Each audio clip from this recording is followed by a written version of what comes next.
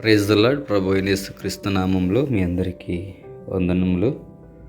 దేవుని వాక్యమును మనము ధ్యానం చేసుకుందాం. సామెతల గ్రంథము 13వ అధ్యాయము 4వ వచనం. సోమరి ఆశపడును గాని వాని ప్రాణమునికి ఏమీ దొరకదు, శ్రద్ధ గల వారి ప్రాణము పుష్టిగా నుండును. ప్రియమైన దేవుని బిడ్డలారా, సోమరి ఆశపడతాడు కానీ వానికి ఏమీ దొరకదు అని దేవుడు మనతో మాట్లాడుతూ ఉన్నాడు. రెండు విషయాలు: సోమరి అంటే బద్ధకమైన వాడు, రెండోది శ్రద్ధ గలవాడు. ఈ రెండు విషయాలు ఇక్కడ రాయబడుతూ ఉన్నాయి.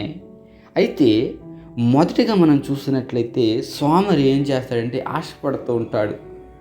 ఏమనంటే నాకు అలా జరగాలి, ఇలాగ జరగాలి అని అనుకుంటూ ఉంటాడు. అలా జరిగితే నాకు బాగుండు, ఏ పని చేయకుండా నేను డబ్బులు వచ్చేస్తే నాకు సమృద్ధి కలిగితే చాలా బాగుండు అని ఆశపడుతూ ఉంటాడు.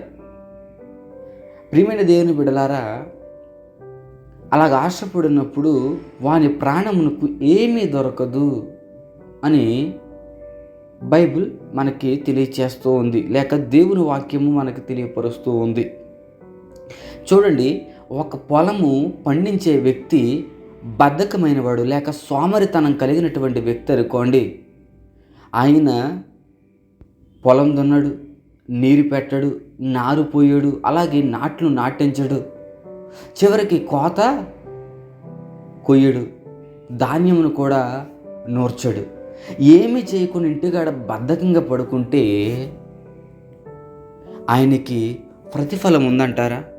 ఎంత మాత్రమూ లేదు. అందుకని బైబిల్ గ్రంథంలో ఒక ప్రాముఖ్యమైన మాట మనకు కనబడుతుంది. సోమరి కోతకాలమున ఏడుస్తాడు అని చెప్పేసి. అంటే దాని అర్థం ఏంటంటే, ఏ పని చేయకుండా నాకు విస్తారమైన పంట వచ్చేస్తే బాగుండు అని ఆశపడతాడు కానీ చివరికి ఏమి అంటే ఒక ఒడ్డు గింజ కూడా ఆయనకు దొరకనటువంటి పరిస్థితి. ఎందుకు ఒక గింజ కూడా దొరకడం లేదంటే, ఆయన పొలములో నాట్లు నాటితే కదా వచ్చేది, ఆ యొక్క పొలాన్ని చక్కగా చదును చేస్తే కదా తనకి దొరికేది.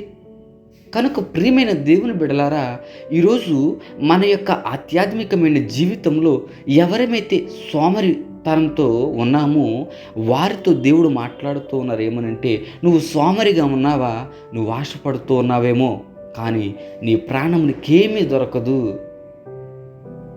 ప్రార్థన చేయం, బైబిల్ చదవం, దేవుని సన్నిధికి వెళ్ళాం, దేవుని దగ్గర విజ్ఞాపన చేయం, కానీ మనమేం కోరుకుంటామో తెలుసా?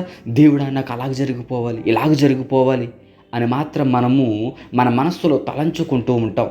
కానీ ప్రియమైన దేవుని బిడ్డలారా, నువ్వు సోమరితనంతో నిండి ఉన్నప్పుడు దేవుడు మాట్లాడుతూ ఉంటున్నాడు, నీ ప్రాణమునికి ఏమీ దొరకదు. అయితే కింద అంటున్నాడు, ఎవడైతే శ్రద్ధగా ఉంటాడో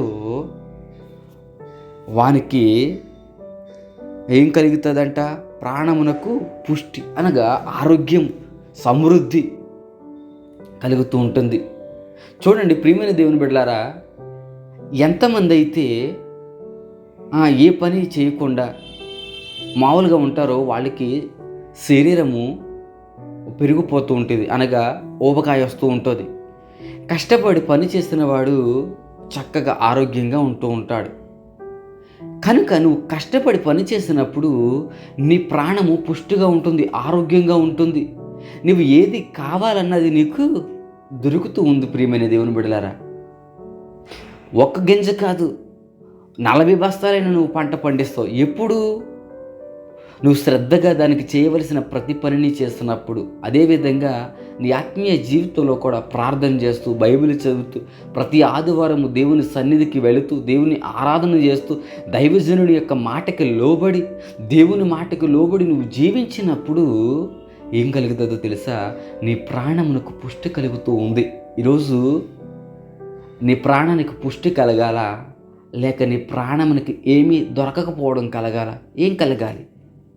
ప్రతి ఒక్కరు అంటారు, అయ్యా నాకు సమృద్ధికరమైన జీవం కావాలి, నాకు సంతోషకరమైన ఆరోగ్యం కావాలి, నా ప్రాణానికి సంతోషం కావాలి, ఆరోగ్యం కావాలి, సకల సమృద్ధులే కావాలి అని చెప్పేసి అడుగుతూ ఉంటారు.